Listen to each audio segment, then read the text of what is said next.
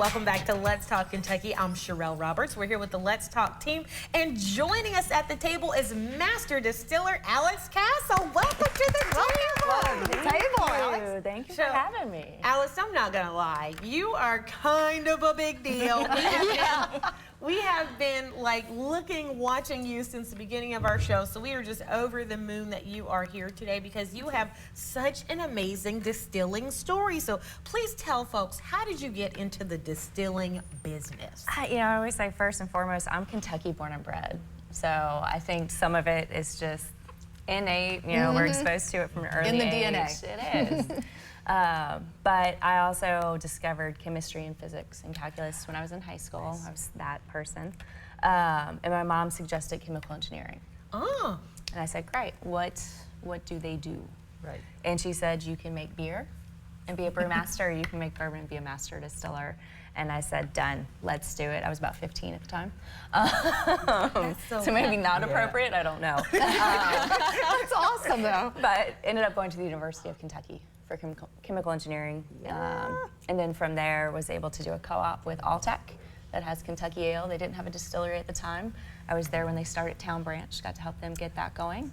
Moved on to Wild Turkey, and then 8 years ago, left Kentucky and moved to Tennessee to help start Old Dominick. Wow, that is so cool. And I love how you're doing calculus and physics, and your mom's like, no, don't be an astronaut, let's make some booze. I love that. Because most parents say go be a doctor. Yeah, right. But now you're more famous and probably better off than if you would have gone chase the stars. So kudos to Mama. I have more fun. Yes, absolutely. Definitely. Absolutely. So there's something really cool called the Old Dominick Whiskey Roadshow. So tell us about that. Yes, so we launched our first Tennessee whiskey back in the fall, and it was just Memphis.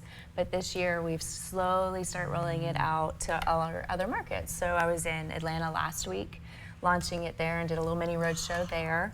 And then this week, I got to come back home, and we started in northern Kentucky.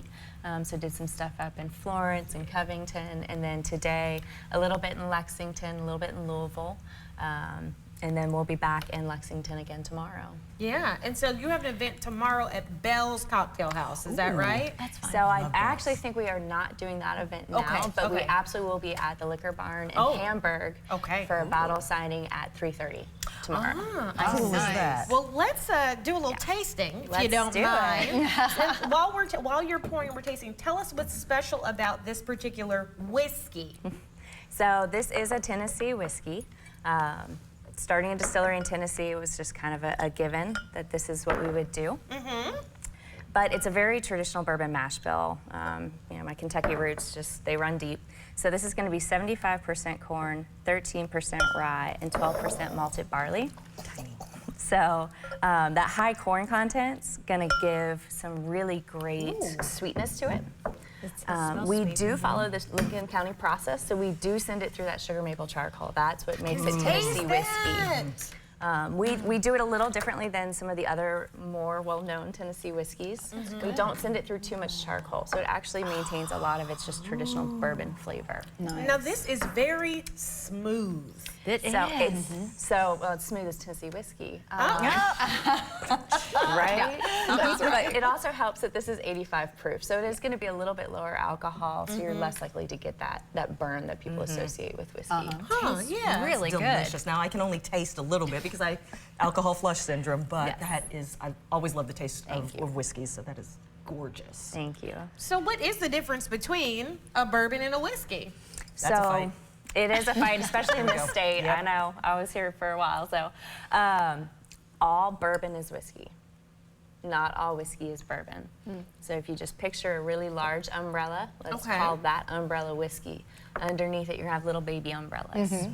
And in that, you'll have bourbon. And how does it differentiate? How does the bourbon set itself apart? So all whiskey is going to be distilled from grain. Yeah. Okay. Anywhere in the world. And then you get your subcategories. And so bourbon specifically has to be at least 51% corn. Okay. Has to be made in America. It's a true American spirit. Has to be aged in a new charred oak container. So like Scotch and Irish whiskeys can reuse containers. Bourbon cannot. It has to be that brand new barrel. And that's where that color comes from, is from that new barrel. It gives it that beautiful amber color. Nice. And then there are a couple other production-related things, but Yeah. that's the corn, American Spirit, and New Barrel are probably the most important aspects. Okay, got it. So I feel like, you know, because of all of these rules, there are like little bourbon police running around out there. You know, you get people are like, no, that's not bourbon, it's whiskey. So, I mean, people get very serious about that. They do. But you being a master distiller, it is a serious art, yes? It is, absolutely. And knowing the, you know, different types, what distinguishes this type versus that type is important. But what's fun in America right now is we're seeing the resurgence of things beyond just bourbon, and specifically Kentucky bourbon. We're seeing New York claim their type of whiskey. Arkansas is claiming their own type of whiskey. Of course, Tennessee has Tennessee whiskey. So we're actually starting to see even more little umbrellas start to pop up, which also means we're seeing a lot more of those little police running around telling us what it is or isn't. I want to be on that police squad for sure. Yes. I don't know what the badge looks like, but I'm sure it's great. Arkansas whiskey. I want to try it.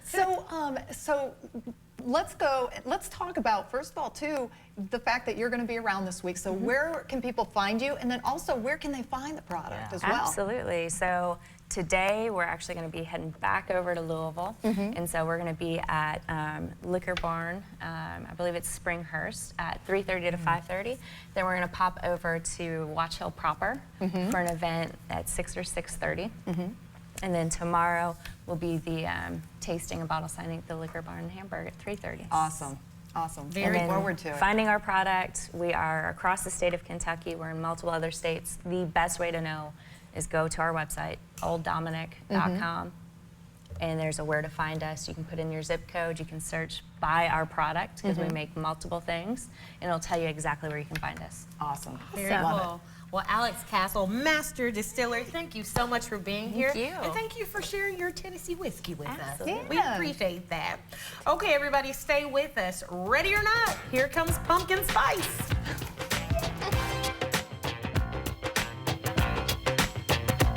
Let's Talk Kentucky is brought to you by Critchfield Meats.